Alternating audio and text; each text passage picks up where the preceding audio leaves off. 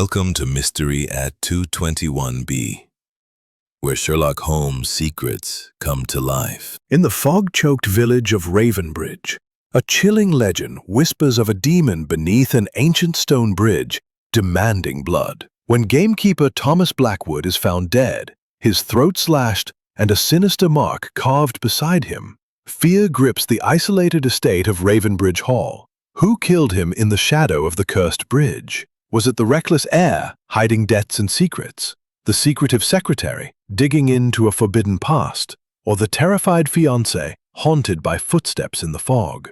Enter Sherlock Holmes, the meticulous Belgian detective whose razor-sharp mind unravels a web of lies, hidden motives, and a dark family secret that threatens to destroy them all. Will he expose the killer before the demon's mark claims another life? Dive into a classic mystery where every clue counts, and the truth is as elusive as the mist itself. Chapter 1. The Shadow over Ravenbridge. The village of Ravenbridge, nestled in the mist-shrouded hollows of Kent, was a place where time seemed to linger, reluctant to move forward. Its cobbled streets, flanked by half-timbered cottages, wound lazily toward the ancient stone bridge that gave the village its name. The Raven Bridge, with its weathered arches and moss-streaked parapets, spanned the sluggish waters of the River Teme, a structure so old that local legend whispered of a demon lurking beneath, waiting to claim the unwary. On this particular autumn evening in 1925, as a chill fog curled through the village, the air carried a tension that seemed to pulse with that very legend. Captain Arthur Hastings, retired from the service and now a frequent companion to the celebrated Belgian detective Sherlock Holmes, had arrived in Ravenbridge at the behest of an old acquaintance, Sir Reginald Ashford. Sir Reginald, a widower of considerable wealth and master of Ravenbridge Hall, had written to Hastings with an urgency that was both alarming and vague. The letter, penned in a hurried hand, spoke of disturbances and a shadow upon the house that required the keen mind of Sherlock Holmes. Hastings, ever loyal and ever curious, had persuaded Holmes to make the journey from London, and now the two men sat in the dimly lit parlor of the Black Swan Inn, awaiting their host. The parlor was a cozy affair, with a fire crackling in the hearth. Accent. You are restless. It is not the fog or the chill that troubles you, I think, but the mystery of Sir Reginald's summons. Hastings gave a rueful smile. You know me too well, Holmes. That letter. Dashed odd, wasn't it? All that talk of shadows and disturbances. Sounds like the old boy's been reading too many Gothic novels. Holmes's lips twitched in what might have been a smile. Perhaps. But Sir Reginald is not a man given to flights of fancy. His wealth comes from steel and shipping, industries that demand a practical mind. If he speaks of shadows, I suspect there is something tangible behind them, something he fears to name directly. Before Hastings could reply, the door to the parlor swung open, admitting a gust of damp air and the figure of Sir Reginald Ashford himself. He was a tall man, broad-shouldered, with a face weathered by years of command, though his eyes betrayed a nervous flicker. His grey hair was dishevelled, and his tweed suit, though fine, was slightly askew, as if he had dressed in haste. Mr. Holmes, Captain Hastings, he said, his voice hoarse, I cannot thank you enough for coming. I fear we are in the grip of something dreadful. Holmes rose, his movements graceful, and gestured to a chair. Please, Sir Reginald, sit. Order your thoughts and tell us all. Omit nothing, however trivial it may seem. Sir Reginald sank into the chair, his hands gripping the arms as if to steady himself. It began 3 weeks ago, he said, at Ravenbridge Hall. My household, myself, my daughter Clara, my nephew Lionel, my secretary Miss Eleanor Gray, and a few trusted servants has been plagued by incidents. At first, they seemed mere accidents, a broken window, a missing letter, footsteps heard in the night. But then, he paused, his face paling. Then we found the mark. "The mark?" Hastings prompted, leaning forward. Sir Reginald nodded. "A crude symbol, scratched into the stone beneath the Raven Bridge. A circle with a jagged line through it, like a claw or a fang. The villagers call it the Demon's Mark." For a recitation. "There is my daughter Clara, age 25. She is a spirited girl, engaged to Dr. James Warwick, a local physician. My nephew, Lionel Ashford, is 30, a charming but restless sort, fond of gambling and travel.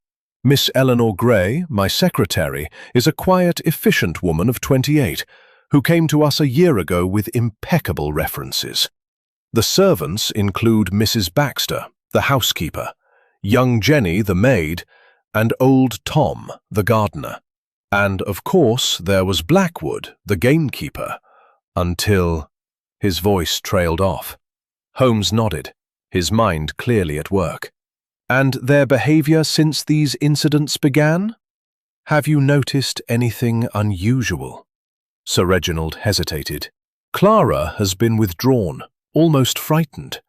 Lionel has been more reckless than usual, staying out late and drinking heavily. Miss Gray, she keeps to herself, but I've caught her staring at the bridge from her window, as if expecting something. The servants whisper among themselves, and I've overheard talk of the demon. It's nonsense, of course, but it unsettles the house." Holmes's eyes narrowed slightly. "And the police? What have they done?" "Inspector Grayson from the county police has been investigating," Sir Reginald said. "He's a competent man, but he's focused on vagrants and poachers. He thinks Blackwood surprised a thief and paid the price. But I cannot believe it was so simple. Not with that mark." Holmes rose, his movements precise. "Very well, Sir Reginald. Captain Hastings and I will accompany you to Ravenbridge Hall tomorrow morning. I wish to see this bridge, this mark, and your household. In the meantime, say nothing of our arrival to anyone, not even your daughter. The fewer who know, the better." Sir Reginald nodded, relief evident in his face. "Thank you, Mr. Holmes. I feel safer already knowing you are on the case." As Sir Reginald took his leave, Hastings turned to Holmes, his brow furrowed. "What do you make of it, Holmes? A demon beneath the bridge? Sounds like village superstition run amok." Holmes's lips curved into a faint, enigmatic smile. "Superstition, mon ami, is often the cloak worn by human malice." Set out for Ravenbridge Hall. The air was damp and cold, carrying the faint scent of decaying leaves and the distant murmur of the River Teme. Hastings, bundled in a greatcoat, walked briskly to keep pace with Holmes, whose neat figure moved with purposeful precision, his walking stick tapping lightly on the cobbled path. The detective's sharp eyes darted about, noting the shuttered windows of the cottages, the wary glances of early risers, and the eerie stillness that seemed to emanate from the direction of the Raven Bridge. Ravenbridge Hall stood a mile beyond the village, a sprawling Georgian edifice of red brick and ivy, its chimneys rising like sentinels against the grey sky. As they approached, the great iron gates creaked open, and Sir Reginald Ashford emerged to greet them, his face drawn and his eyes shadowed by sleeplessness. "Mr. Holmes, Captain Hastings," he said, his voice low, "I trust you rested well. The household is in a state of disarray, I'm afraid. The news of Blackwood's death has spread, and the servants are near panic." Holmes inclined his head, his expression unreadable. "Lead us to the bridge, Sir Reginald. I wish to see the scene of the crime before we meet the others. The stones and the earth may speak when men and women hold their tongues." Sir Reginald nodded and led them down a winding path that descended toward the river. The Raven Bridge loomed ahead, its 3 arches reflected dimly in the sluggish, peat-dark waters below. The central arch, where the gamekeeper's body had been found, was cordoned off with rough twine, a makeshift barrier erected by the local police. As they approached, Hastings caught sight of a group of villagers gathered at a distance, their whispers carrying on the wind like the rustle of dry leaves. Holmes paused at the edge of the bridge, his gaze sweeping over the structure with the intensity of a hawk. The stone was ancient, pitted and worn, with patches of lichen clinging to its surface. Beneath the central arch, a narrow ledge ran along the riverbank, where the body had been discovered. Holmes descended with care, his movements as deliberate as a cat's, and crouched beside a patch of succeeded, almost. But the earth is a faithful witness, if one knows how to listen. The stain of blood, the mark, the footprint, they tell a story. But we must gather more chapters before it becomes clear. Sir Reginald, standing above on the bridge, shifted uneasily. The police found nothing else, Mr. Holmes. Inspector Grayson believes Blackwood was attacked by a vagrant, perhaps one of the poachers he often chased off the estate. Holmes rose, brushing his hands together. Inspector Grayson sees what is obvious, Sir Reginald. Sherlock Holmes sees what is hidden. Now, take us to the hall. I wish to meet your household. They returned to Ravenbridge Hall, where the heavy oak doors opened into a grand foyer lined with portraits of stern-faced Ashfords. The air inside was warm but heavy with tension, as if the very walls held their breath.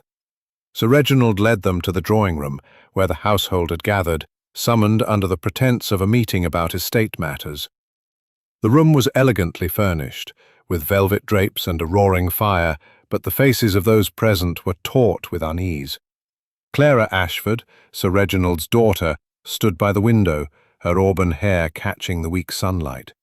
She was a striking young woman, her features delicate, but her eyes shadowed with fear.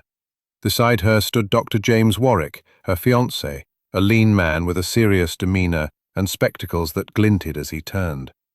Lionel Ashford, the nephew, lounged in an armchair, his handsome face marred by a sullen expression and the faint redness of too much drink.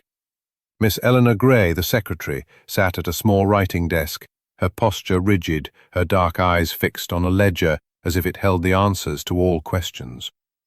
The servants, Mrs. Baxter, the stout housekeeper, Jenny, the nervous young maid, and old Tom, the grizzled gardener, stood near the door, their faces a mix of curiosity and dread. Holmes entered the room with a quiet grace, his presence commanding attention without effort. "Good morning," he said, his voice clear and measured. "I am Sherlock Holmes, and this is my associate, Captain Hastings. I have been engaged by Sir Reginald to investigate the unfortunate death of Mr. Thomas Blackwood. I ask for your cooperation and your candour. The truth, mes amis, is such tales to their advantage. Tell me, when did you last see Mr. Blackwood?" Clara hesitated, glancing at her father. "The evening before he was found. He came to the hall to report on some poaching near the North Woods. He seemed agitated, but he often was when poachers were about." "And you, Mr. Ashford?" Holmes turned to Lionel, who shifted uncomfortably. "Saw him that afternoon," Lionel said, his tone clipped. "He was checking the traps near the river. Didn't say much." "Never did." Holmes's eyes flicked to Miss Gray. "And you, mademoiselle? Did you have occasion to speak with the gamekeeper?" Miss Gray's face remained impassive, though her fingers tightened on her pen. "Only briefly, sir. He delivered a message to Sir Reginald that morning. I saw him leave for the bridge afterward." Holmes nodded, his expression giving nothing away. "Very well. I shall require a tour of the estate and the opportunity to speak with each of you privately. For now I ask that you remain here at the hall. The answers to this tragedy lie among you, and I shall find them." As the household dispersed, Hastings leaned close to Holmes. "What do you think, old chap? They're all jumpy as cats, but no one's saying much." Holmes's eyes gleamed. "They say more than they know, Hastings. The tightened hand, the averted glance, the pause before the answer. These are the clues that matter. Blackwood's death is no random act. The demon's mark is a distraction, but a clever one. We shall see who benefits from this fear." The fog outside thickened, curling around Ravenbridge Hall like a living thing. As Holmes and Hastings prepared to explore the estate, the shadow of the Raven Bridge seemed to loom larger, its secrets waiting to be uncovered by the little grey cells of Sherlock Holmes. Chapter 3. The Belgian's Arrival. The mist that clung to Ravenbridge Hall seemed to thicken as Sherlock Holmes and Captain Hastings stepped out into the sprawling grounds of the estate. The air was heavy with the scent of damp earth and fading roses, and the distant murmur of the River Teme underscored the oppressive silence. Holmes, impeccable in his charcoal suit, moved with a quiet, silencing him with a polite but firm gesture. "Sir Reginald, I have no patience for demons, save those that reside in the hearts of men. Let us focus on what is real, the ground, the air, the traces left by those who move through it." They reached the bridge, its weathered arches stark against the grey sky. The twine cordon set by the police still hung limply across the central arch, though it did little to deter the curious. Holmes paused at the edge, his sharp gaze sweeping over the structure before descending to the riverbank below. The mark, the crude circle with its jagged slash, remained etched in the earth, undisturbed since their visit that morning. The bloodstain, now darkened to a rusty brown, lay nearby, a grim testament to Thomas Blackwood's final moments. Holmes crouched, his gloved fingers hovering over the mark. "Curious," he murmured. "The line is not carved with a blade, as one might expect, but with something blunt, a stick, perhaps, or the edge of a stone. The effort was deliberate, yet not frantic. The killer wished this mark to be seen." Hastings frowned, peering over Holmes's shoulder. "You think it's a message, then? Not just some village superstition?" "A message, yes," Holmes replied, rising smoothly. "But to whom? And for what purpose? That is the question. The mark is too precise to be the work of a panicked hand, yet it mimics the crude symbols of folklore. Someone wishes us to believe in the demon, Hastings, and I am not inclined to oblige them." Sir Reginald shifted uncomfortably, his eyes darting toward the river. "Inspector Grayson believes it was a vagrant, as I said. Blackwood was known to be strict with poachers. Perhaps he caught one in the act." Holmes's lips curved into a faint, enigmatic smile. "Inspector Grayson sees the surface, Sir Reginald. I see the depths. Tell me, where was Blackwood last seen before his death, and by whom?" Sir Reginald hesitated, as if piecing together the fragments of that fateful evening. "He was at the Hall, as Clara mentioned, reporting on poaching in the North Woods. That was around 6 o'clock. He left shortly after, saying he would check the traps near the river. No one saw him alive after that, until—" their faces a mixture of curiosity, fear, and suspicion. Clara Ashford stood by the fireplace, her hands clasped tightly, while Dr. Warwick hovered protectively at her side.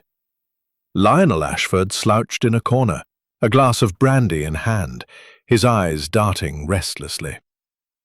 Miss Eleanor Gray sat at her desk, her composure unshaken, but her gaze distant, as if lost in thought. The servants, Mrs. Baxter, Jenny, and old Tom, stood near the door, their postures stiff with unease. Holmes took his place at the center of the room, his small frame commanding attention with an almost theatrical ease. "Mes amis," he began, his voice clear and precise, "the death of Thomas Blackwood is no mere accident, nor the work of a wandering vagrant.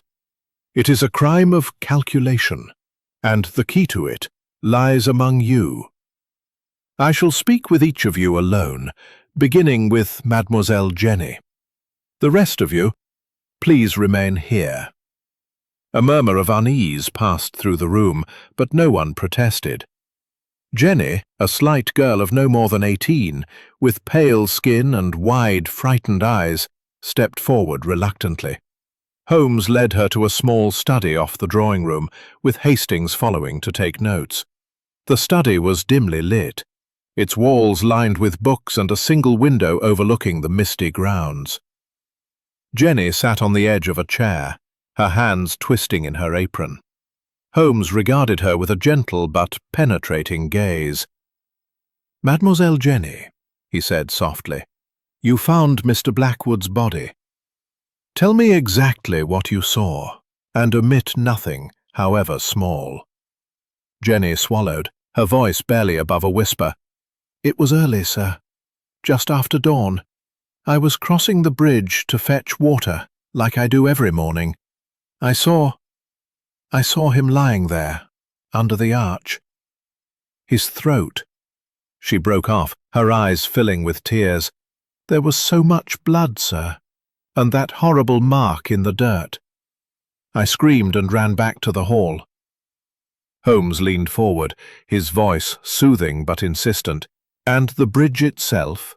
Did you notice anything unusual? Footprints, objects, anything out of place?" "Jenny interests me, as does this argument. Miss Grey presents herself as the quiet secretary, but quiet waters often hide strong currents.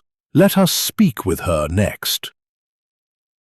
Miss Eleanor Grey entered the study with the same composed demeanour she had shown in the drawing-room. Her dark hair was neatly pinned, and her grey dress was simple but elegant.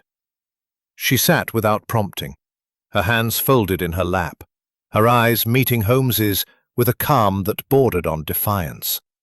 "Mademoiselle Grey," Holmes began, "you spoke with Mr. Blackwood the afternoon before his death. Jenny saw you in the garden, and she says you were arguing. What was the nature of this conversation?" Miss Grey's expression did not change, but her fingers tightened slightly. "It was a minor disagreement, Mr. Holmes. Mr. Blackwood was concerned about poachers, as he often was. I suggested he report it to Sir Reginald, rather than take matters into his own hands. He took offence, saying I knew nothing of his work." Holmes's gaze was unwavering. "And that was all? You had no other dealings with him?" "None," she said firmly. "I am a secretary, Mr. Holmes. My duties keep me at my desk, not wandering the estate." Holmes nodded, but his eyes held a glint of skepticism. "Very well, mademoiselle. For now, that is all." As Miss Grey left, Hastings leaned close. "She's hiding something, Holmes. That story about poachers sounded rehearsed." "Indeed," Holmes murmured. "The little grey cells are stirring, Hastings. The cloth, the argument, the mark. They are pieces of a puzzle, and I begin to see its shape. But we must tread carefully. The killer is among us, and they are watching." Outside, the fog pressed closer, and the Raven Bridge stood silent, its secrets deepening with every passing hour. Chapter 4.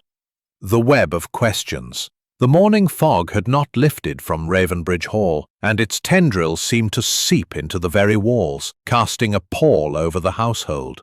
Sherlock Holmes, undeterred by the oppressive atmosphere, stood in the study, where he had questioned Jenny and Miss Grey, his sharp eyes fixed on a small notebook, in which he jotted observations with a silver pencil. "Dr. Warwick seems a steady sort, Holmes. Clara's fiancé, after all. But Lionel, that fellow's got a shifty look about him. Too much brandy, if you ask me." Holmes's lips twitched in a faint smile. "You judge by appearances, Hastings, which is why you are invaluable as my mirror. But appearances deceive. Dr. Warwick's steadiness may hide a motive, and Lionel's recklessness may mask a deeper cunning. Let us see what they reveal." Dr. James Warwick entered the study with the measured tread of a man accustomed to authority.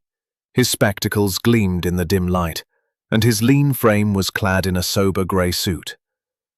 He sat without hesitation, his hands resting calmly on his knees, though his eyes betrayed a flicker of unease as they met Holmes's piercing gaze. "Dr. Warwick," Holmes began, his voice smooth and precise, "you are engaged to Mademoiselle Clara, and thus you are close to this household. Tell me of your movements on the evening of Mr. Blackwood's death. Where were you, and what did you see?" Warwick adjusted his spectacles, a gesture that seemed more habitual than nervous. "I was at the hall until about 7 o'clock, Mr. Holmes. Clara and I dined with Sir Reginald, and afterward I returned to my practice in the village. I was there until late, attending to a patient with a fever. I heard of Blackwood's death the next morning, when Clara sent for me." Holmes's fingers tapped lightly against his notebook. "And Mr. Blackwood, did you know him well? Did he ever confide in you? Perhaps about troubles on the estate?"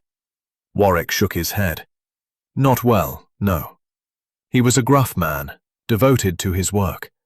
He spoke little to me, though I know he was protective of Clara. He once told me he'd seen someone watching the hall from the woods, a poacher, he thought. I advised him to tell Sir Reginald, but I don't know if he did." Holmes's eyes narrowed slightly.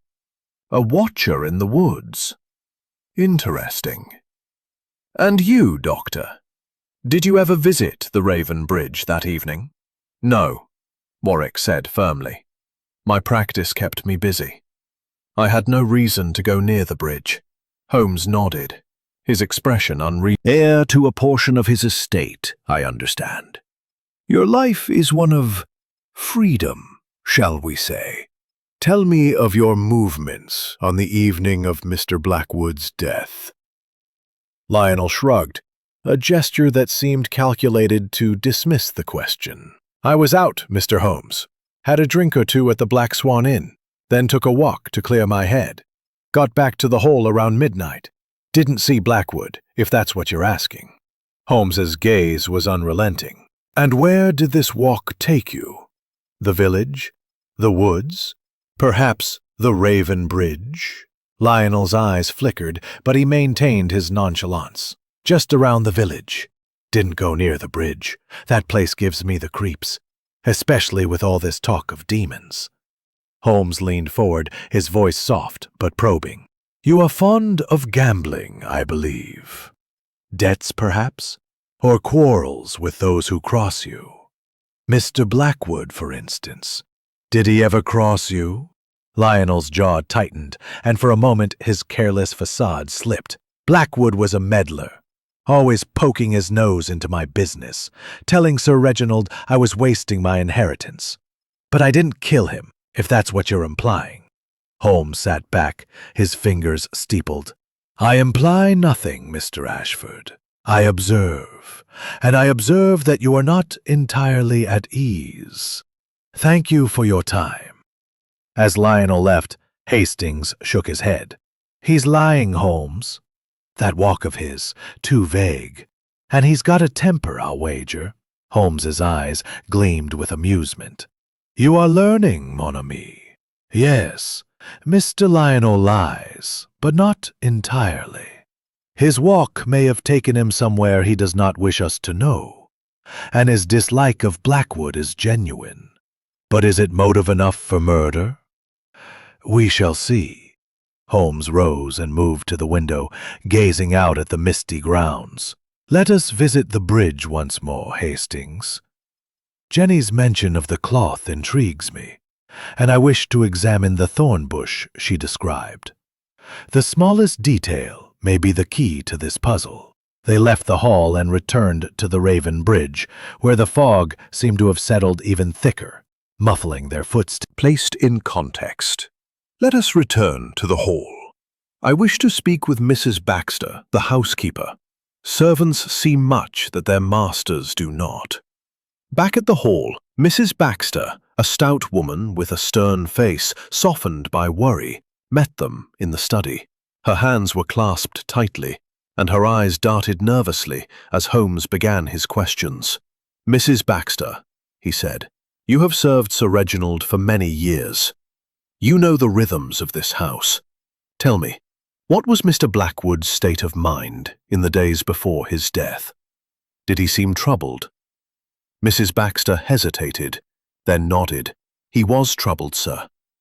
Kept saying he'd seen someone near the bridge at night, Someone who didn't belong.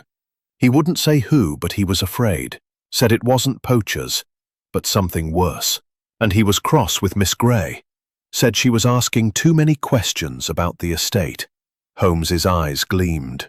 Questions? Of what nature? About the accounts, sir, Mrs. Baxter said. Miss Grey's always been particular about the books, but lately she's been digging into old records, deeds, leases, things from Sir Reginald's father's time. Blackwood didn't like it, said it wasn't her place. Holmes nodded, his expression thoughtful. Thank you, Mrs. Baxter. You have been most helpful. As the housekeeper left, Hastings turned to Holmes, his voice low. Miss Grey again, Holmes. First, Jenny sees her arguing with Blackwood. Now this. What's she up to? Holmes's smile was enigmatic. She is a woman of secrets, Hastings. But whether those secrets lead to murder, we shall discover. The web tightens, mon ami, and soon we shall see the spider at its center. Outside, the fog curled around Ravenbridge Hall, and the shadow of the bridge seemed to grow darker, its secrets inching closer to the light of Sherlock Holmes's relentless logic. Chapter 5. The False Trail. The fog that enveloped Ravenbridge Hall showed no signs of lifting, as if the village itself were conspiring to shroud the truth from Sherlock Holmes's piercing gaze. The air was thick with damp, and the faint, earthy tang of the River Teme, and the Raven Bridge loomed in the distance, like a silent sentinel guarding its secrets. The notes looked puzzled. False trail? You mean the police theory about a vagrant, or this demon nonsense the villagers are whispering about? Holmes's lips curved into a faint smile. Both, mon ami, and neither. The killer has woven a tapestry of misdirection, but every lie leaves a trace. Inspector Grayson's arrival will be most illuminating. He pursues the obvious, and in doing so, he will show us what the killer wishes us to see. As if summoned by Holmes's words, a knock at the study door announced the arrival of Inspector Grayson, a burly man with a weathered face and a no-nonsense demeanor. His uniform was crisp, but his eyes were tired, as if the weight of the case pressed heavily upon him. He carried a small satchel, from which he produced a notebook and a few papers. "Mr. Holmes, Captain Hastings," Grayson said, nodding curtly.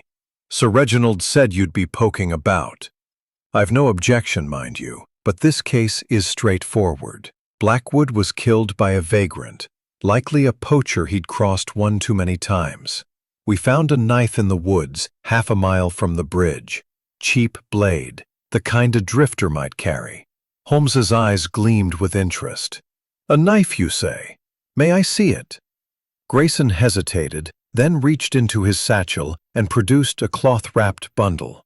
He unfolded it to reveal a rusted, single-edged knife, its handle worn and stained. "Found it yesterday, near the North Woods. Blood on the blade matches Blackwood's wound. According to the coroner, Holmes took the knife, examining it with the care of a jeweler inspecting a gem. He turned it in his gloved hands, noting the blade's dull edge and the rough grain of the handle. "Curious," he murmured. "The blood is indeed present, but the blade is blunt, hardly the weapon of a calculated killer, and the placement in the woods so conveniently found. Tell me, Inspector, where exactly was it discovered?" "Near a poacher's snare," Grayson said. "One of Blackwood's traps, actually. We figure the killer dropped it while fleeing." Holmes handed the knife back, his expression unreadable. "And you have suspects? Vagrants, perhaps, known to the village." Solved, Holmes. Why do you look so skeptical? Holmes's smile was enigmatic. "Because, mon ami, the knife is too perfect. A blunt blade, conveniently placed, with blood to match the crime. It is a gift wrapped for the police, designed to close the case quickly. The killer wishes us to chase this Ned Carver, and I am not inclined to oblige without proof. Let us examine this poacher's snare ourselves. They set out for the North Woods, a dense thicket of oak and ash that bordered the estate. The path was narrow, overgrown with brambles, and the fog lent an eerie stillness to the scene. Holmes moved with his usual precision, his eyes scanning the ground for signs of disturbance. Near a gnarled tree, they found the poacher's snare, a crude loop of wire, now broken, as if someone had stumbled through it. Nearby, the earth was scuffed, and Holmes crouched to examine the marks. "See here, Hastings," he said, pointing to a faint impression in the mud. "Another footprint, similar to the one beneath the bridge. Narrow sole, distinctive heel. And here," he gestured to a patch of disturbed leaves. "The knife was placed, not dropped. The leaves are arranged too neatly, as if to draw attention to the spot." Hastings shook his head, marveling. "You're saying someone planted the knife? But why go to such trouble?" "To divert suspicion," Holmes replied. "The killer knows Blackwood's death has stirred the household. By pointing to a vagrant, they hope to shift our gaze outward, away from Ravenbridge Hall. But the truth lies closer, Hastings. Always closer." They returned to the hall, where Holmes requested a private word with old Tom, the gardener. The old man, grizzled and stooped, shuffled into the study, his hands gnarled from years of work. His eyes were wary, but he spoke plainly when Holmes questioned him about Blackwood. "Tom was a good man, sir," old Tom said, his voice rough. "Hard, but fair. He didn't like poachers, especially that Ned Carver. Caught him stealing pheasants more than once. But Tom was worried about more than poachers these last weeks. Kept saying someone was watching the hall." Dismissed the gardener with a nod, then turned to Hastings. "A lantern near the bridge, a planted knife, a missing poacher. These are the threads of misdirection, Hastings. The killer is clever, but not clever enough. They have left too many traces." Hastings frowned, his mind racing. "But who, Holmes? Lionel's got the motive, with his debts and his dislike of Blackwood, or Miss Grey. She's hiding something, I'm sure of it. And Warwick's too calm for my liking." Holmes's smile was faint, but knowing. "Patience, mon ami. The little grey cells are at work. Each suspect has a secret, but only one has the mind to kill and the cunning to stage this charade. We must observe them closely tonight. Sir Reginald has invited us to dine with the household, a perfect opportunity to see how they behave under pressure." As they prepared for dinner, the fog outside thickened, wrapping Ravenbridge Hall in a cocoon of mystery. The Raven Bridge stood silent, its arches casting long shadows that seemed to whisper of secrets yet to be uncovered. Holmes, with his relentless logic and keen observation, was closing in on the truth. But the false trail laid by the killer was a dangerous one, and the next step could lead them deeper into the heart of the mystery, or into peril. Chapter 6. A Clue in the Ashes. The dining room of Ravenbridge Hall was a study in contrasts, opulent yet sombre, its long mahogany table gleaming under the soft glow of a crystal chandelier, while the faces of those gathered around it were taut with unspoken fears. The fog outside pressed against the tall windows, muffling the world beyond, and lending an air of isolation to the evening. Sherlock Holmes, seated at Sir Reginald Ashford's right, observed the household with the keen intensity of a scientist studying a specimen, his sharp grey eyes missing nothing. Captain Hastings, opposite him, felt the weight of the atmosphere, his appetite dulled by the tension that hung like a storm cloud over the meal. Sir Reginald presided at the head of the table, his face etched with worry, though he attempted a veneer of hospitality. Clara Ashford sat beside Dr. James Warwick. Solitary man. The question, seemingly innocuous, sent a ripple through the room. Sir Reginald cleared his throat. "Blackwood was a solitary sort, Mr. Holmes.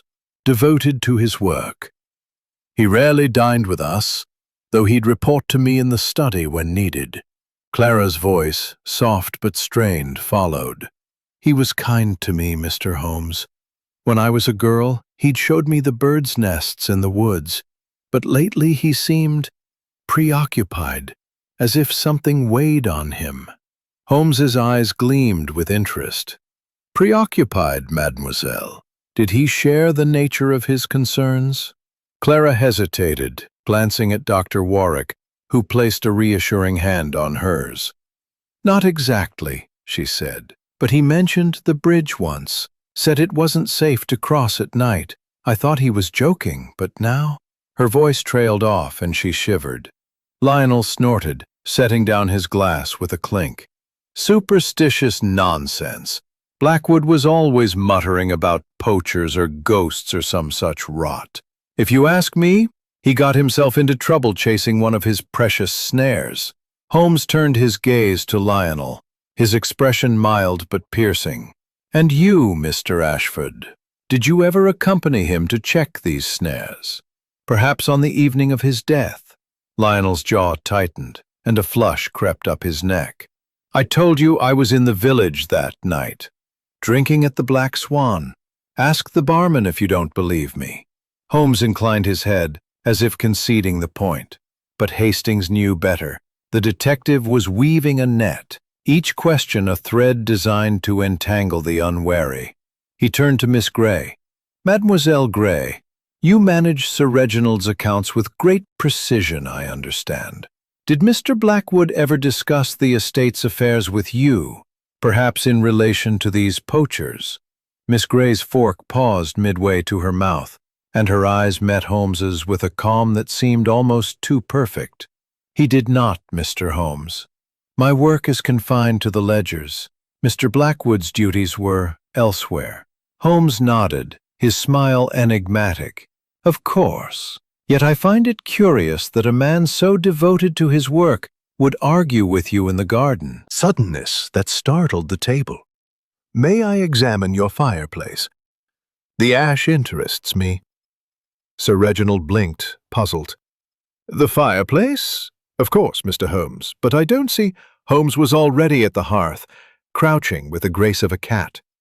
He produced a small metal tool from his pocket and sifted through the ashes, his movements precise. After a moment, he extracted a charred fragment of paper, no larger than a postage stamp, its edges curled and blackened. He held it to the light, his eyes narrowing. Most interesting, he murmured. A fragment of a letter, burned but not entirely destroyed. The ink is still legible. Meet me at... And the paper is of fine quality, not the sort one finds in a servant's possession. Hastings leaned closer, his curiosity piqued. A letter? Could it be connected to Blackwood's death? Holmes tucked the fragment into an envelope. Perhaps, mon ami. The fireplace is a common place to destroy evidence, but it is not infallible.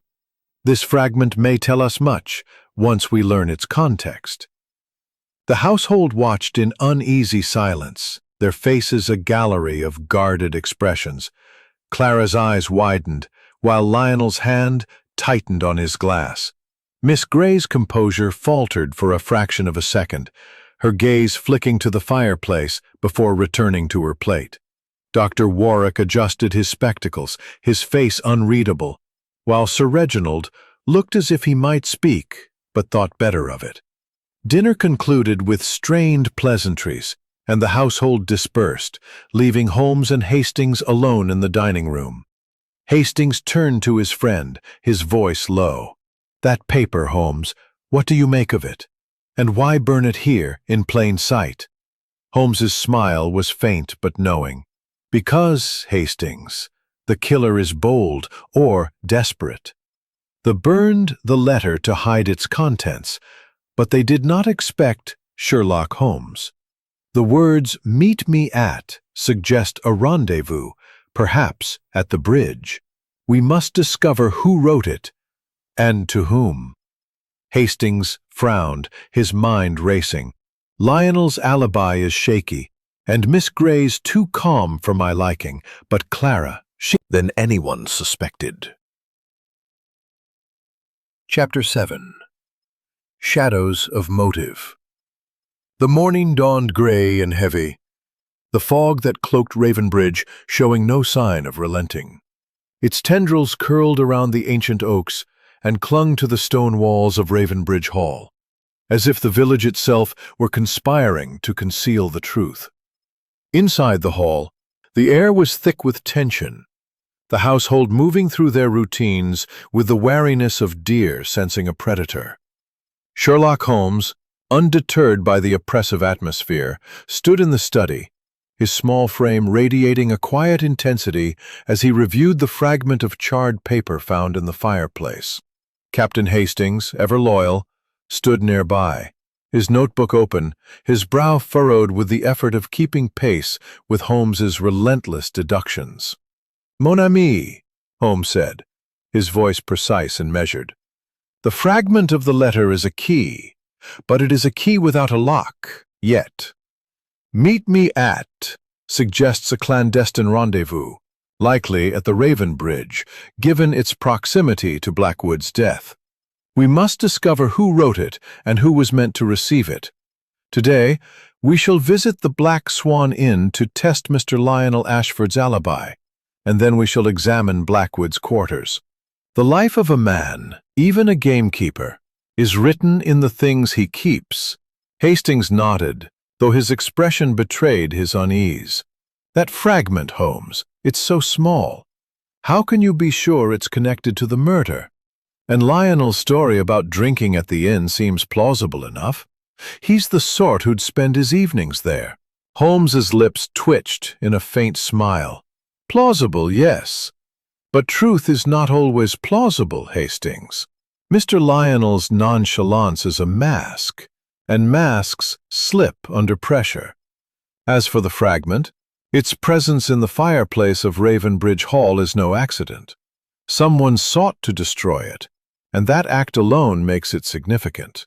Come, let us to the village." The Black Swan Inn was a low, timbered building at the heart of Ravenbridge, its sign creaking in the damp breeze.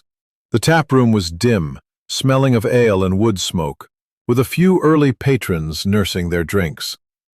The barman, a stout man talking with a man in the corner, didn't catch the fellow's face. Rough sort, not from the village. They kept their voices low, but it looked like an argument.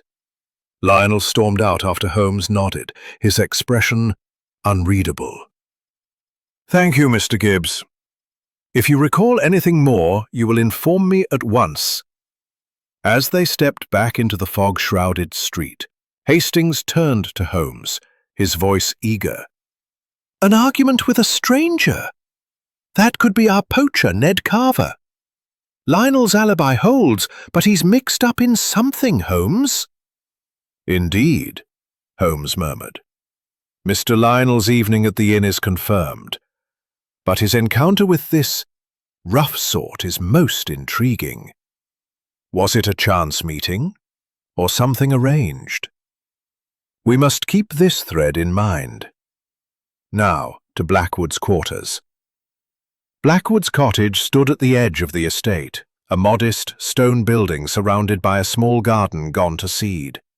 The door creaked as Sir Reginald, who had joined them, unlocked it, revealing a Spartan interior, a single room with a cot, a table, a wood stove, and a shelf of well-worn books on natural history.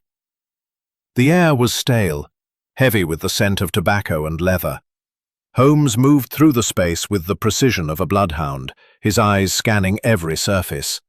He paused at the table, where a pipe and a tin of tobacco sat beside a small notebook. He opened the notebook, his fingers deft as he flipped through pages of meticulous handwriting, records of game counts, trap locations, and notes on poaching activity. "Regardez, Hastings," Holmes said, pointing to a page dated the day before Blackwood's death. An entry. "Saw figure near bridge, 10 p.m. Not Carver. Wore blue coat. Must tell Sir R." This confirms old Tom's sighting of the lantern and adds a detail, the blue coat. It matches the fabric we found. Hastings' eyes widened. A blue coat? That could be Lionel or Dr. Warwick. Both wear blue coats, don't they? Holmes's smile was faint. Or someone else, mon ami. The household is not so large that we can limit our suspicions. But see here. He pointed to a smart Threatened the killer. That is why he died. They returned to the hall, where the household was gathered in the drawing room, their faces a study in unease. Holmes's presence seemed to tighten the air, and his next words sent a chill through the room. "Mes amis," he said, his voice clear and commanding. "I have learned much today, but the truth is still hidden. I ask that each of you recall the evening of Mr. Blackwood's death with care. Where were you at 10 o'clock? I shall speak with you again tomorrow." Clara's voice trembled as she spoke. "I was in my room, reading." James, Dr. Warwick, had left for his practice by then. Warwick nodded. "As I said, I was with a patient until late." Lionel shrugged, his tone defiant. "At the Black Swan, as I told you. Ask Gibbs." Miss Gray's voice was steady. "I was in my office, working on the accounts. I often work late." Mrs. Baxter, Jenny, and old Tom murmured similar alibis, routine tasks, all within the hall. Yet Holmes's eyes lingered on each face, as if reading the truth behind their words. As the household dispersed, Hastings whispered to Holmes, "They're all so certain of their alibis, but someone's lying. That blue coat, the debt, what does it mean?" Holmes's smile was enigmatic. "It means, mon ami, that the killer is growing bold. The fragments of paper, the planted knife, the mark beneath the bridge, they are parts of a performance. But the actor has made mistakes. The word debt suggests a motive, and the blue coat narrows our field. Tomorrow we shall apply pressure and see who falters." The fog outside thickened, wrapping Ravenbridge Hall in a cocoon of secrecy. The Raven Bridge stood silent, its arches casting shadows that seemed to pulse with the weight of hidden truths. Holmes, with his relentless logic, was closing in, but the web of motive and deceit was intricate, and the next step could lead to revelation or disaster. Chapter 8. The Crack in the Facade. The fog that cloaked Ravenbridge Hall seemed to grow denser with each passing day, as if the very air conspired to obscure. Underestimated the little grey cells of Sherlock Holmes. Tonight, we shall observe the household closely, for under pressure, even the most careful facade will crack. Hastings, his notebook open, nodded eagerly. "That word, debt, keeps nagging at me, Holmes. Lionel's the obvious candidate, with his gambling and drinking, but Miss Gray's secrecy bothers me, and Clara's fear. There's something she's not telling us." Holmes's lips curved into a faint smile. "You see much, mon ami, but you must learn to see more. Each suspect hides something, but only one hides murder. The crack in their facade will reveal them." Tonight, Sir Reginald hosts a small gathering in the drawing room. A chance to mourn Blackwood, he says. I suspect it will be a stage for revelation. The drawing room that evening was a scene of strained civility. A fire roared in the hearth, casting flickering shadows on the oak-panelled walls, but its warmth did little to dispel the chill of suspicion. Sir Reginald stood by the mantel, his face drawn, attempting to play the gracious host. Clara Ashford sat near Dr. James Warwick, her hands clasped tightly, her eyes darting to the door, as if expecting an intrusion. Lionel Ashford lounged in an armchair, a glass of brandy in hand, his careless demeanour tinged with defiance. Miss Eleanor Gray stood apart, her posture rigid, her dark eyes scanning the room with a quiet intensity. The servants, Mrs. Baxter, Jenny, and old Tom, hovered near the edges, their presence unobtrusive but watchful. Holmes entered with his usual grace, his tailored suit immaculate, his mustache perfectly trimmed. He took a seat near the fire, his posture relaxed, but his gaze piercing, as if he could see through the masks each person wore. Hastings, beside him, felt the tension like a taut wire, ready to snap. "Mes amis," Holmes began, his voice clear and measured, "we gather to honor Mr. Blackwood, but also to seek the truth. His death was no accident, nor the work of a vagrant. It was a calculated act, and the one responsible is among us. I ask you now to consider your actions on the night of his death. A small detail, perhaps forgotten, may be the key to justice." The room grew still, polite but sharp. "Dr. Warwick, you are at your practice, you say, attending a patient. Yet Mr. Blackwood's notebook mentions a figure in a blue coat near the bridge at 10 o'clock. Your coat, I observe, is blue, and of fine wool, much like the fragment we found." Warwick's face tightened, his spectacles glinting in the firelight. "Are you suggesting I was at the bridge, Mr. Holmes? I assure you, I was with my patient, Mrs. Harrow, until nearly midnight. You can ask her." Holmes inclined his head, his expression unreadable. "I shall, Doctor. But let us turn to Mr. Lionel Ashford. Your evening at the Black Swan Inn is confirmed. Yet you argued with a stranger there. A man, perhaps, with a grudge against Blackwood? Or one to whom you owed a debt?" Lionel's glass paused halfway to his lips, and his eyes narrowed. "I don't know what you're getting at, Holmes. I had a drink, I walked home. I didn't kill Blackwood, and I don't owe anyone anything, except maybe the barman." Holmes's smile was faint but piercing. "Debt is a heavy burden, Mr. Ashford. And the word debt was found in Blackwood's ashes, burned but not destroyed. A curious coincidence, none?" Lionel's face flushed, and he set his glass down with a clink. "Coincidence is all it is. You're fishing, Holmes, and I'm not biting." Before Holmes could respond, Miss Grey spoke, her voice steady but cold. "Mr. Holmes, you seem determined to find secrets where there are none. I was in my office working late, as I told you. I had no reason to harm Mr. Blackwood." Holmes turned to her, his gaze unwavering. "Yet you argued with him, mademoiselle, about matters beyond your duties. Mrs. Baxter says you were inquiring into old estate records, deeds, leases, things that troubled Blackwood. Why such interest in the past?" Miss Grey's composure faltered, her hands tightening in her lap. "I was merely ensuring the accounts were in order. Sir Reginald's father left some discrepancies, and I wished to resolve them. Blackwood misunderstood my intentions." The room fell silent, the weight of a word. "Light?" Jenny's eyes were wide with fear. "It was tall, sir, and dark, like a man, but wrong.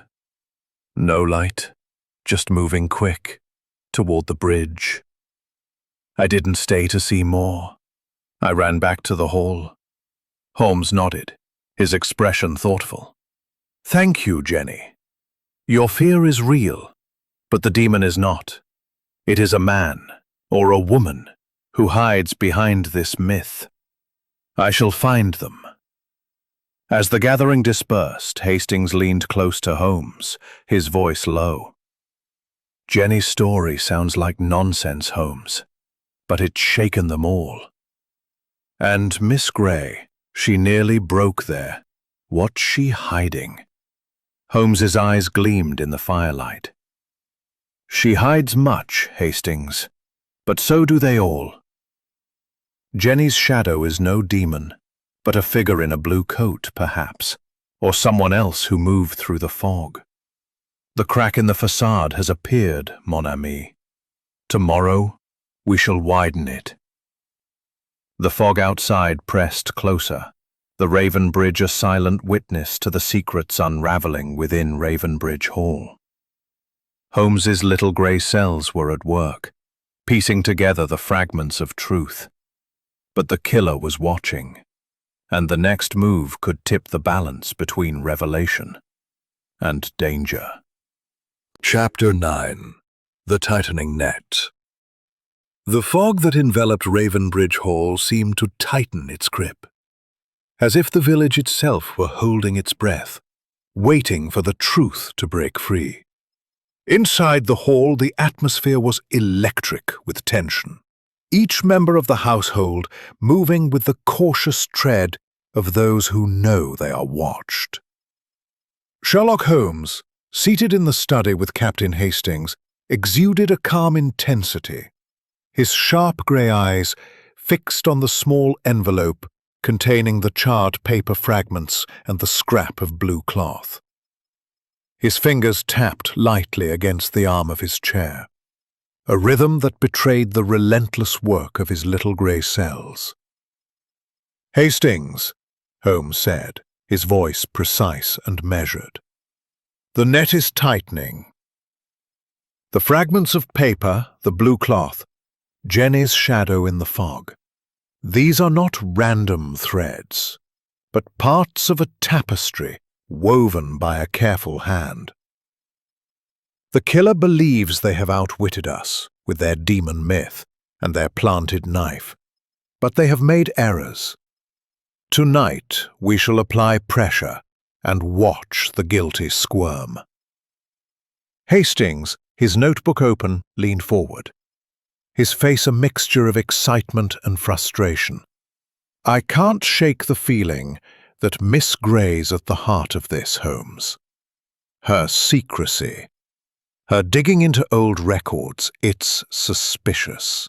But Lionel's debts, and that argument at the inn, and Clara's fear, it's all so tangled." Holmes's lips curved into a faint smile. "Tangled, yes, but not impenetrable. The little grey cells see order where others see chaos. Miss Gray's inquiries into the estate's past are significant, but so is Mr. Lionel's encounter with the stranger, and Mademoiselle Clara's footsteps in the fog. They suggest she knows more than she admits.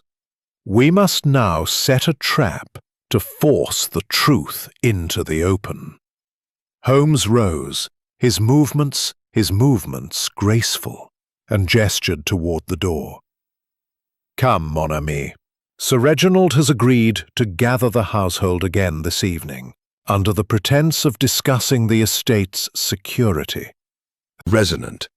The death of Mr. Thomas Blackwood is a wound upon this house, and the truth of it lies among you. I have learned much, but there are still shadows to dispel.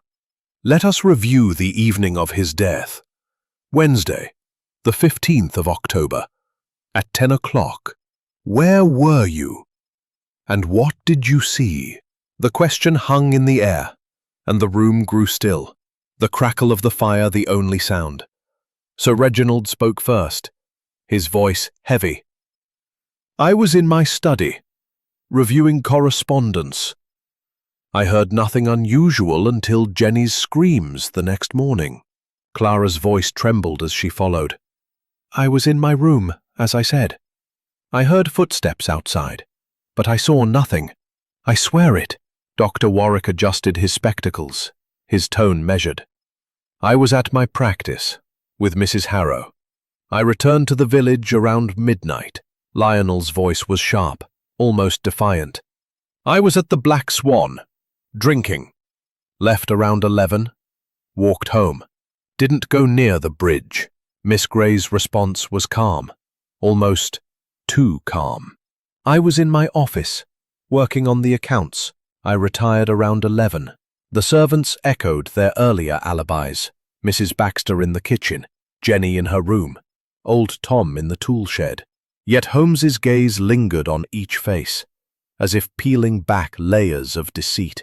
He produced the envelope containing the blue cloth and held it up. the firelight glinting on its fibers. "This cloth," he said, "was found near the Raven Bridge, caught on a thorn bush. It is fine wool, the kind worn by a gentleman or a lady of means. It matches the description of a blue coat seen near the bridge at 10 o'clock, as noted in Blackwood's notebook. Who among you owns such a coat?" A murmur rippled through the room. Clara's hand tightened on Warwick's, and Lionel's eyes narrowed. Miss Grey's expression remained impassive, but her fingers twitched slightly. Warwick spoke first, his voice steady. "I own a blue coat, Mr. Holmes, as do many in the village." "It proves nothing," Lionel snorted. "Same here. You're grasping at straws, Holmes." "Not speak of this sooner." Clara's eyes filled with tears, and her voice broke. "I was afraid, Mr. Holmes. The demon stories, the mark, I thought I was imagining things. But now, I think it was a man, tall, moving quickly. I couldn't see his face." Dr. Warwick's hand tightened on hers. "Clara, you should have told me. This is too much for you." Holmes's gaze flicked to Warwick, then to Miss Grey. "And you, mademoiselle?" "Your inquiries into old estate records troubled Blackwood. Why delve into deeds and leases from Sir Reginald's father's time?" Miss Grey's composure held, but her eyes betrayed a flicker of unease. "As I said, I was resolving discrepancies. Old leases were improperly recorded, and I wished to ensure the estate's accounts were accurate. It was my duty." Holmes nodded, but his eyes were relentless. "Duty is a noble word, mademoiselle, but it can conceal much. I shall examine these records myself tomorrow." The gathering ended in uneasy silence, the household dispersing with hurried steps. Hastings turned to Holmes, his voice low. "You pushed them hard, Holmes. Lionel's ready to snap. And Miss Grey, she's hiding something. I'd stake my life on it. But Clara's breakdown, that was real." Holmes's smile was faint but knowing. "Real, yes, but incomplete. Mademoiselle Clara knows more than she says, and her fear is not only of the demon. The net is tightening, Hastings. Tomorrow, we shall examine the estate records and revisit the bridge. The killer is among us, and they feel the pressure. Soon, they will make a mistake." Outside, the fog pressed closer, the Raven Bridge a dark silhouette against the gray sky. Its arches seemed to whisper of secrets, but Holmes's logic was a light in the darkness, drawing ever closer to the truth and to the danger that lurked within Raven Bridge Hall. The Hidden Ledger. The fog that shrouded Raven Bridge Hall seemed to pulse with secrets. Holmes, Hastings, his notebook open, nodded eagerly. "Miss Grey's secrecy bothers me, Holmes. Those old records she's been digging into, could they hold the motive? And Lionel's temper last night. He's hiding something, I'd wager." Holmes's lips curved into a faint smile. "You see the surface, Hastings, and that is valuable. But the motive lies deeper, in the shadows of this household's past. Miss Grey's inquiries, Mr. Lionel's debts, Mademoiselle Clara's fear, they are all connected. Let us begin with the records. They found Miss Eleanor Grey in her small office, a cramped room off the main hall, its walls lined with ledgers and files. She sat at her desk, her dark hair neatly pinned, her gray dress as immaculate as ever. But her eyes, when they met Holmes's, held a flicker of unease, quickly masked by her usual composure. "Mademoiselle Grey," Holmes said, his tone polite but unyielding, You have been most helpful in confirming your duties, but I must now examine the estate records you mentioned, the deeds and leases from Sir Reginald's father's time. Will you show them to me?" Miss Grey hesitated, her fingers tightening on her pen. "Of course, Mr. Holmes. They are here, in the cabinet. But I assure you they are merely routine documents, old leases, some outdated, that needed correction." She rose and opened a heavy oak cabinet, producing a thick ledger bound in leather. Holmes took it with a nod, his gloved hands flipping through the pages with meticulous care. The ledger contained records of land transactions, tenant agreements, and financial dealings dating back decades. Most were mundane, but Holmes paused at a section marked with a small, penciled asterisk, a lease agreement for a parcel of land near the Raven Bridge, dated 1895. "Curious," Holmes murmured, his eyes narrowing. "This lease, for a plot by the bridge, was signed by a Mr. Henry Blackwood. Thomas Blackwood's father, perhaps? It was terminated abruptly, with no reason given. And here," he pointed to a faint erasure, barely visible, "a sum of money crossed out. Why would such a detail be obscured?" Miss Grey's composure faltered, her voice sharp. "I noticed the lease. Could it be tied to Blackwood's death? And why erase a sum of money?" Holmes's smile was enigmatic. "The lease is a thread, Hastings, and it leads to the past. Blackwood's father, a parcel by the bridge, a hidden payment. These are not accidents. We must now revisit the bridge itself. The answers lie where the crime was committed." They made their way to the Raven Bridge, its ancient arches looming through the fog like the bones of some forgotten beast. The river below murmured softly, its dark waters reflecting the gray sky. Holmes descended to the riverbank, his eyes scanning the ground where Blackwood's body had been found. The demon's mark, the crude circle with its jagged slash, remained etched in the earth. But Holmes's attention was drawn to a nearby patch of mud, where a faint impression caught his eye. "Regardez, Hastings," he said, crouching. "Another footprint, like the one we found before. Narrow sole, distinctive heel. But see here." He pointed to a small glinting object half buried in the mud.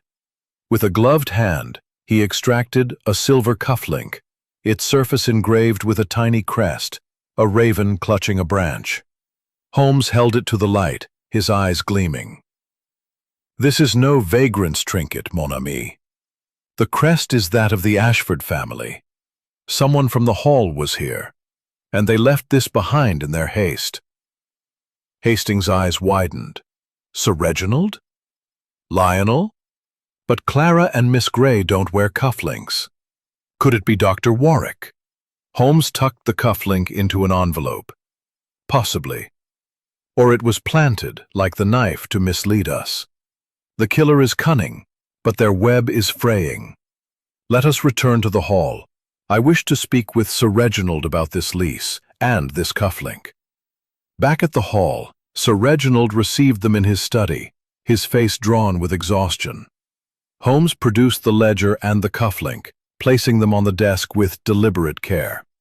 "Sir Reginald," he said, "this lease, signed by Henry Blackwood, was terminated abruptly, and a sum of money was erased. What can you tell me of it?"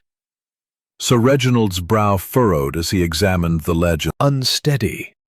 But anyone could have entered, I suppose." "The door is rarely locked." Holmes nodded, his expression thoughtful. "Thank you, Sir Reginald. This cufflink is a significant clue. I ask that you say nothing of it to the household." As they left the study, Hastings whispered, "A cufflink from Sir Reginald's room? Someone's trying to frame him, Holmes, or at least point us in his direction." Holmes's smile was faint but knowing.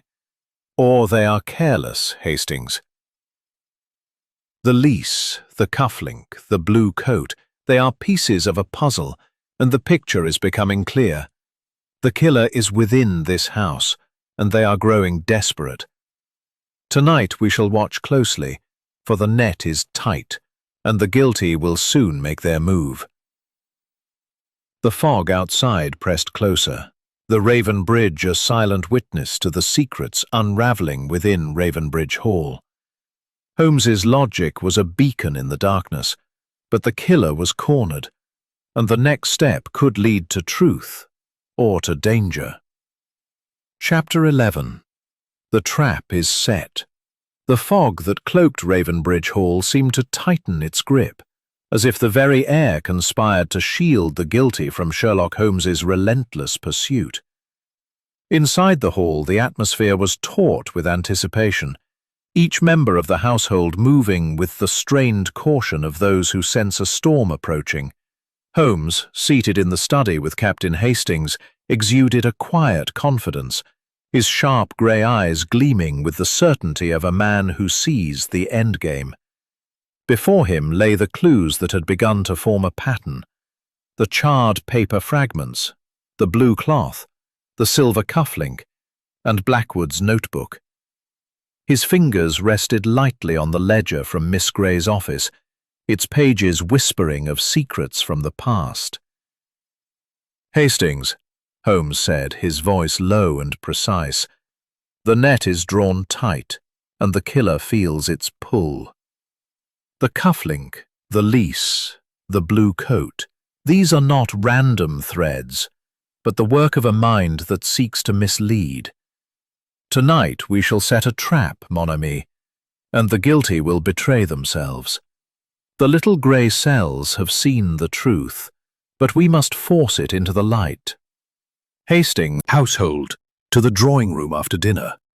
The pretext was a discussion of the estate's security, but Holmes had other plans. As evening fell, the fog outside thickened, casting Raven Bridge Hall in a shroud of mystery. The drawing room was a familiar stage, its fire casting flickering shadows on the oak-panelled walls, but the air was heavy with unspoken dread. Sir Reginald stood by the mantel, his face etched with worry, his hands clasped tightly.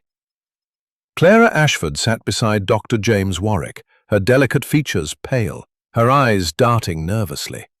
Lionel Ashford lounged in his armchair, his brandy glass untouched, his expression a mix of defiance and unease. Miss Eleanor Gray stood near her desk, her posture rigid, her dark eyes alert but guarded. The servants, Mrs. Baxter, Jenny, and old Tom, hovered near the door, their faces a gallery of fear and curiosity.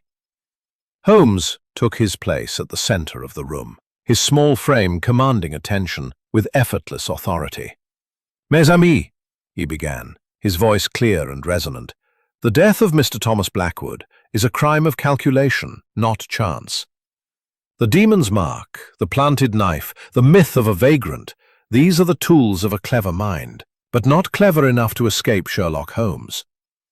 Tonight I shall lay bare the truth, but first I ask you to consider one question. What did Blackwood know that made him dangerous?" The room grew still, the crackle of the fire the only sound. Holmes produced the silver cufflink, holding it up to catch the firelight. This cufflink, bearing the Ashford crest, was found near the bridge where Blackwood died. It belongs to Sir Reginald, yet he claims it has not been worn in years. Someone placed it there, perhaps to implicate him, or to mislead us. Sir Reginald's face paled, and he shook his head. "I swear, Mr. Holmes, I haven't touched those cufflinks since my wife died. They were locked in my room." Holmes nodded, his gaze shifting to Lionel. "Mr. Ashford, your debts are no secret, and Blackwood disapproved of your habits. Did he threaten to expose you, perhaps to Sir Reginald, cutting off your allowance?" Lionel's jaw tightened, and he rose, his voice sharp. "This is absurd. The lease was a minor matter, long forgotten. Blackwood was paranoid. Nothing more."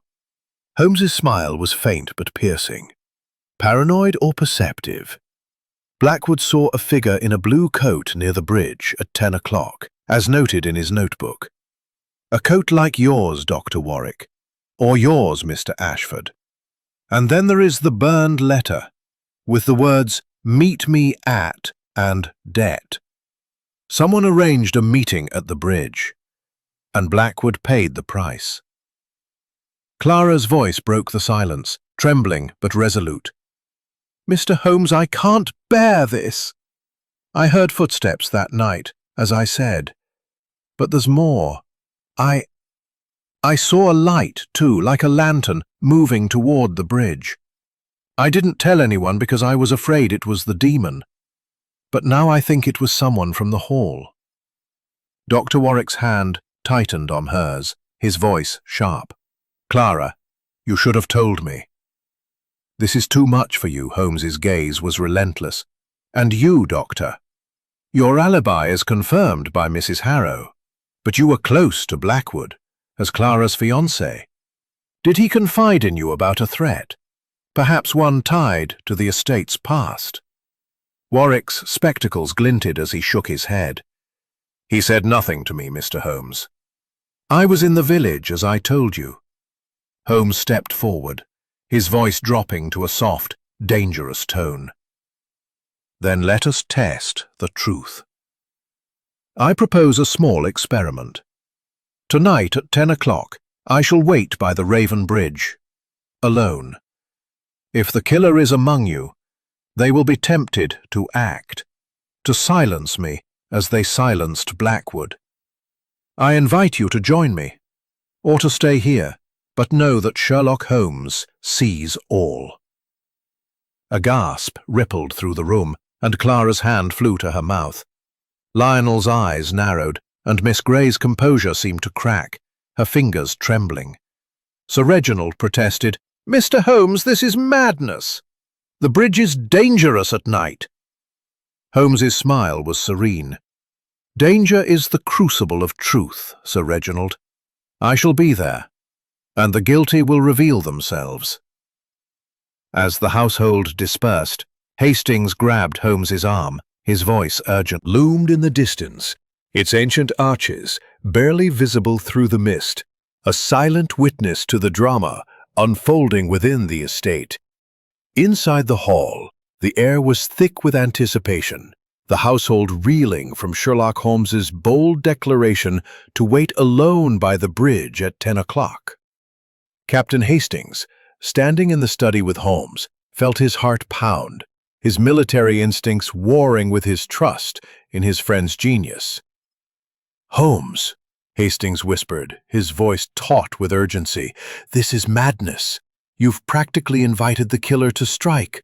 Standing alone by the bridge, you're making yourself a target." Holmes's sharp gray eyes gleamed with amusement, though his expression remained serene. "Mon ami, a target is precisely what I intend to be. The killer is cornered, their web of lies fraying.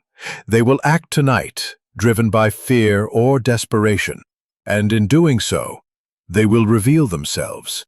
You will be my eyes in the shadows, Hastings. Stay hidden, but stay close." Hastings nodded, though his unease lingered. "And what if they bring a weapon? That knife we found, it may have been planted, but the killer's already cut a man's throat." Holmes's lips curved into a faint smile. "The knife was a distraction, Hastings, but the killer's true weapon is their cunning. I am prepared. Now, let us prepare the stage. The hour approaches." As the clock in Ravenbridge Hall chimed 9, Holmes and Hastings slipped out into the fog, their footsteps muffled on the gravel path. The night was cold, the air heavy with the scent of damp earth and river water. Holmes, impeccable in his charcoal suit, carried a small lantern, its light a faint glow against the oppressive mist. Hastings, armed with his service revolver, followed at a distance, his heart racing, as he took cover behind a gnarled oak near the bridge. Holmes positioned himself beneath the central arch of the Raven Bridge, where Thomas Blackwood's body had been found.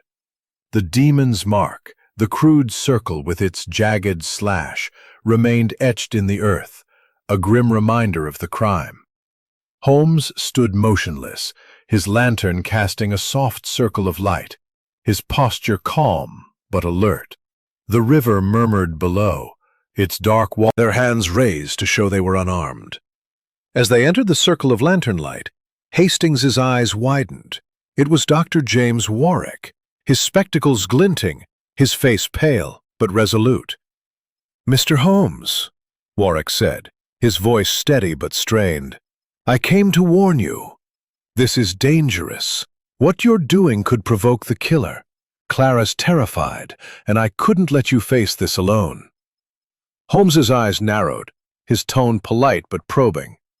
"A noble gesture, Doctor, but curious timing. You were not at the bridge on the night of Blackwood's death, you say, yet your blue coat matches the description in his notebook. And now you are here, at the very hour I named. Why?"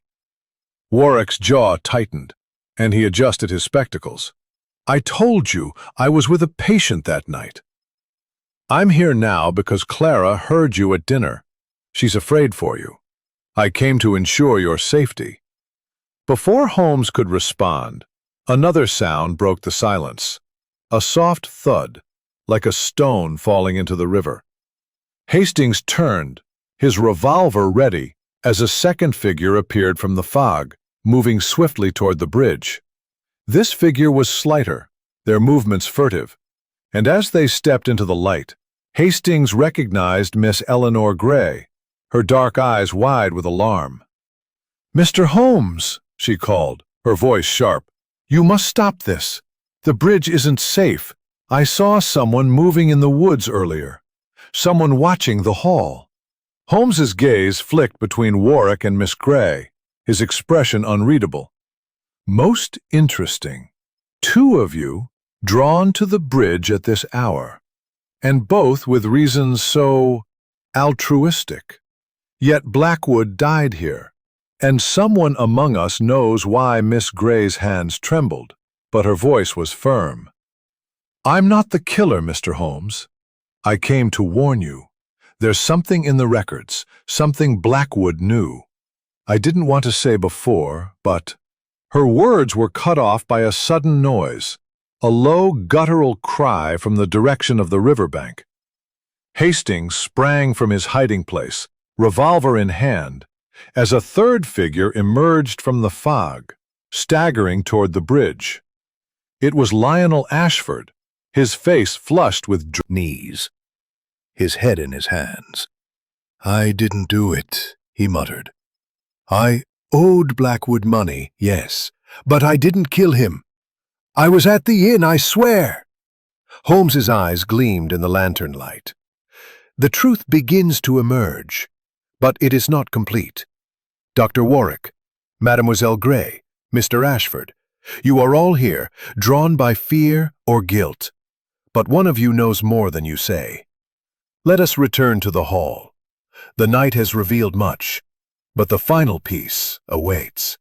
As they made their way back through the fog, Hastings kept his revolver ready, his eyes darting between the three suspects.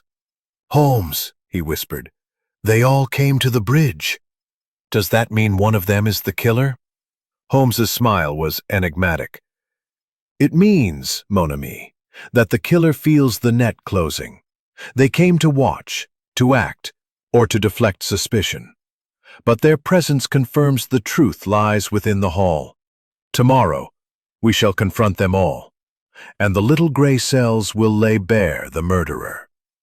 The fog pressed closer, the Raven Bridge fading into the mist behind them. Its secrets were unraveling, but the night's gambit had raised the stakes, and the killer was now a cornered beast, ready to strike, or to flee. 13. The Unraveling Thread. The fog that enveloped Ravenbridge Hall clung stubbornly to the estate, its gray tendrils weaving through the ancient oaks and curling around the stone walls, as if guarding the secrets within. The events of the previous night at the Raven Bridge had left the household in a state of heightened unease, each member moving with the wariness of those who sense the endgame approaching. Inside the study, Sherlock Holmes sat with Captain Hastings, his small frame radiating a quiet intensity, his sharp gray eyes fixed on the collection of clues before him. The charred paper fragments, the blue cloth, the silver cufflink, and Blackwood's notebook. The ledger from Miss Gray's office lay open, its pages whispering of a past that held the key to the present. "Hastings," Holmes said, his voice precise and measured. "The trap at the bridge has done its work. Dr. Warwick, Miss Gray, and Mr. Lionel, all drawn to the Lease from Henry Blackwood's time. The erased sum. The cufflink placed to mislead. These are not random acts, but the work of a mind desperate to conceal a truth. Today, we shall confront the household with the past, and the guilty will falter." Holmes rose, his movements graceful, and instructed Sir Reginald to gather the household in the drawing room at noon. The pretext was a discussion of the estate's future, but Holmes had a different purpose. As the hour approached, the fog outside seemed to thicken, casting Ravenbridge Hall in a shroud of mystery. The drawing room was a familiar stage, its fire casting flickering shadows on the oak-paneled walls, but the air was heavy with dread. Sir Reginald stood by the mantel, his face drawn, his hands clasped tightly. Clara Ashford sat beside Dr. James Warwick, her delicate features pale, her eyes red-rimmed from sleeplessness. Lionel Ashford slouched in his armchair, his face sullen, the memory of scars of the previous night's encounter still evident. Miss Eleanor Gray stood near her desk, her posture rigid, her dark eyes guarded but alert. The servants, Mrs. Baxter, Jenny, and old Tom, hovered near the door, their faces a gallery of fear and curiosity. Holmes took his place at the center of the room, his small frame commanding attention with effortless authority. "Mes amis," he began, his voice clear and resonant, "the death of Mr. Thomas Blackwood is a crime of calculation, not chance. The demon's mark, the planted knife, the myth of a vagrant, these were distractions, but they have failed. The truth lies in the past, in a lease signed by Henry Blackwood, Thomas's father, and in a secret that someone in this room would kill to protect." He held up the ledger, its worn leather cover catching the firelight. "This ledger contains a lease for a plot near the Raven Bridge, signed in 1895 by Henry Blackwood. It was terminated abruptly, with a sum of money erased. Why? Because it concealed a transaction that threatened someone's future. And this," he produced the silver cufflink, its raven crest glinting, "this was found near—" "Warn you. Clara was worried, and I feared for your safety." Miss Gray's voice was sharp. "And I came to stop you from this reckless plan. I saw someone in the woods earlier. A threat, I thought." Lionel's voice was hoarse, tinged with anger. "I was drunk, Holmes, and fed up with your accusations. I went to confront you, not to kill you. I didn't touch Blackwood." Holmes's eyes gleamed. "Yet one of you lies. The blue cloth, the cufflink, the burned word debt. They point to a motive tied to the estate's past. Henry Blackwood's lease was no ordinary agreement. It involved a payment, erased to hide a secret that Thomas Blackwood uncovered, threatening the killer's position." Clara's voice broke the silence, trembling but clear. "Mr. Holmes, are you saying someone in our family killed him? Over money?" Holmes's gaze softened, but his voice was firm. "Not necessarily money, mademoiselle, but power, security, or inheritance. Blackwood knew something that endangered someone's future.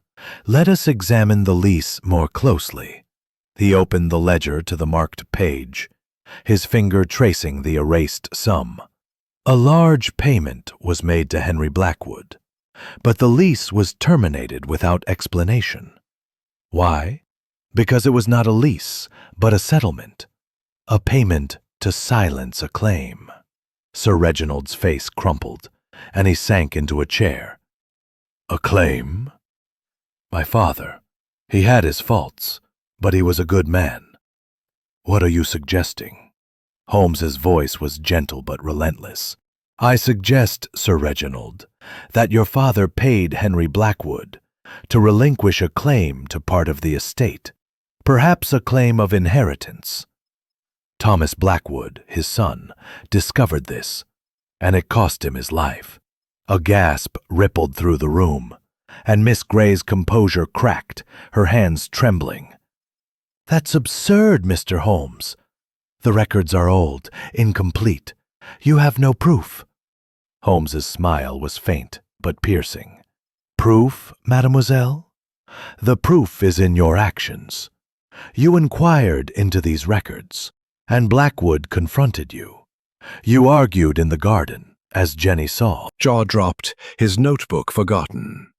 The thread was unraveling, and the truth was about to break free, but the cost would be high, and the fog outside seemed to hold its breath, waiting for the revelation. Chapter 14. The Confession and the Truth. The drawing room of Ravenbridge Hall was a tableau of shock and silence, the fire's flicker casting long shadows across the oak-paneled walls. Clara Ashford's cry of confession hung in the air like a thunderclap, her tear-streaked face pale against the dark velvet of her dress. The household stared, frozen.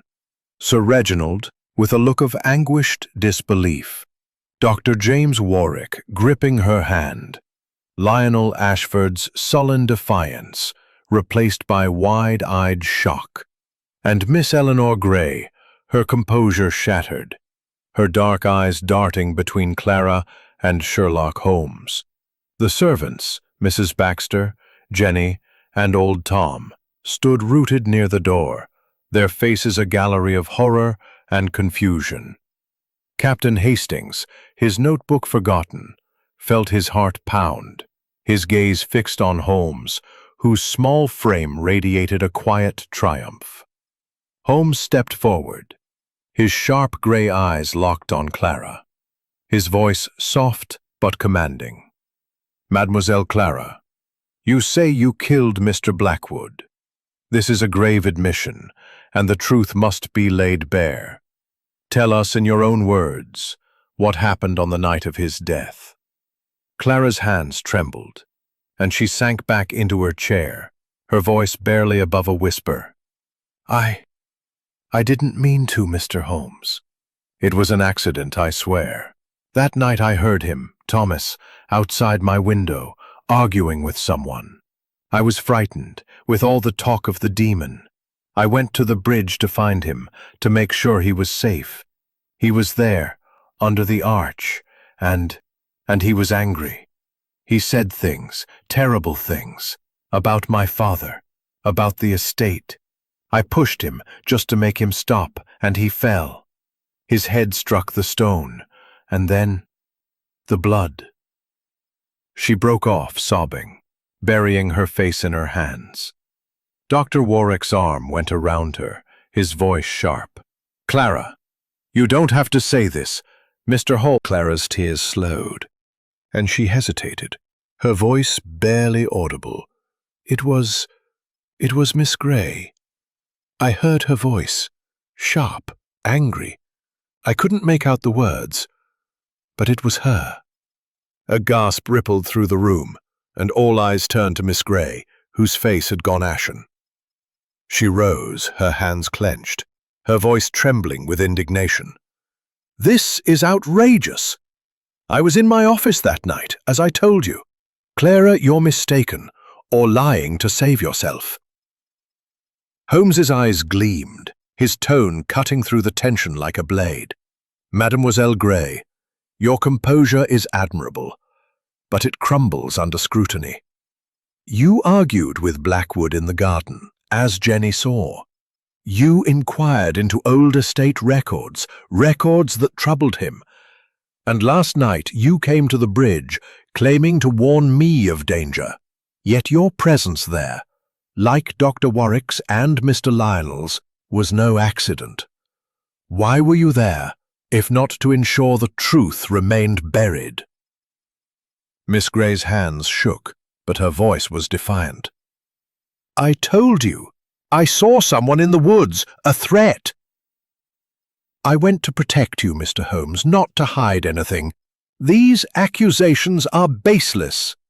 Holmes produced the ledger, holding it up for all to see.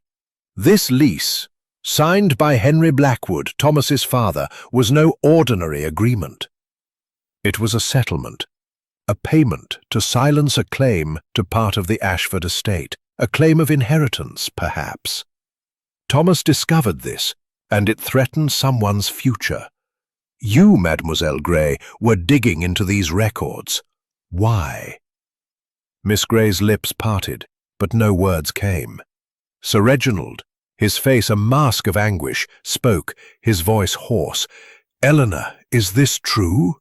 Did you find something in my father's records? Something about Blackwood?" Miss Grey hesitated, then sank back into her chair, her voice low. I found discrepancies, yes. Old payments, unrecorded, to Henry Blackwood. I thought they were errors, but Blackwood, Thomas, confronted me. He said his father had been cheated, that the land by the bridge was rightfully his. "Kill him!" Holmes's eyes flicked to Lionel, then to Warwick. "Dr. Warwick, your alibi is solid, yet you were quick to protect Clara. Did you know of her encounter with Blackwood? Did you follow her to the bridge to ensure her silence?" Warwick's spectacles glinted as he stood, his voice sharp. "I knew nothing of it. I was with Mrs. Harrow until midnight. Clara told me nothing until now." Holmes's smile was faint but knowing. "Then let us consider the cufflink. It was taken from Sir Reginald's room, accessible to the household. Mrs. Baxter, Jenny, you clean his room. Did you see anyone take it?" Mrs. Baxter shook her head, her face pale. "No, sir. The room's not locked, but I never saw anyone near his things." Jenny, trembling, spoke softly. I saw Miss Grey near Sir Reginald's room a few days before the murder. She said she was looking for papers, but I thought it odd Miss Grey's face contorted with anger. "That's a lie! I was never in his room!" Holmes raised a hand, silencing the room. "Enough. The truth is clear. Clara pushed Blackwood in a moment of fear, but someone else was there, someone who saw their chance. They cut his throat, carved the mark, and planted the cufflink to point to Sir Reginald. That someone is you, Mademoiselle Grey." The room erupted in gasps, but Holmes's voice cut through. "You discovered the truth about Henry Blackwood's claim, a claim that could reduce the estate's value, threatening your position and Sir Reginald's legacy. Blackwood confronted you, and you arranged to meet him at the bridge, burning the letter to hide your tracks. When Clara's push caused his fall, you seized the moment, ensuring his silence with a knife." Miss Grey's face crumpled, and she sank to her knees, sobbing. "No, I didn't mean to. He was going to ruin everything. I only wanted to protect Sir Reginald." Holmes's expression was stern, but not unkind. "The truth, mademoiselle, cannot be buried. You killed Thomas Blackwood, and the demon's mark was your shield." Hastings stared, his heart racing. The fog outside seemed to lift. Sorrow. Miss Grey, her composure shattered, had been led away by Inspector Grayson, who had been summoned to the hall to take her into custody.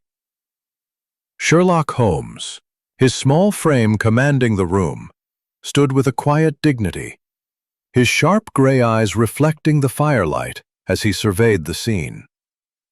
Captain Hastings, his notebook closed, felt a mix of awe and melancholy, the weight of the case's resolution settling over him. Holmes turned to the household, his voice clear and measured, its faint Belgian accent lending it an air of authority. "Mes amis, the tragedy of Mr. Thomas Blackwood's death is resolved, but it leaves a wound upon this house. The demon's mark was no supernatural curse, but a tool of deception, crafted by Mademoiselle Gray to hide her crime.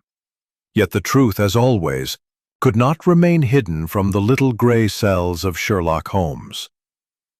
Sir Reginald's voice was hoarse, his eyes fixed on the floor. "Mr. Holmes, I cannot fathom it. Eleanor, she was like family. Why would she do such a thing?" Holmes's gaze softened, but his tone remained firm. Mademoiselle Gray acted to protect what she believed was her duty, the stability of your estate, Sir Reginald.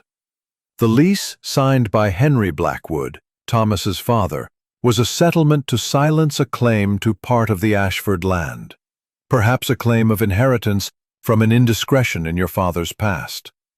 When Thomas discovered this, he threatened to expose it, jeoparding Eleanor's fear that the estate and her position would crumble.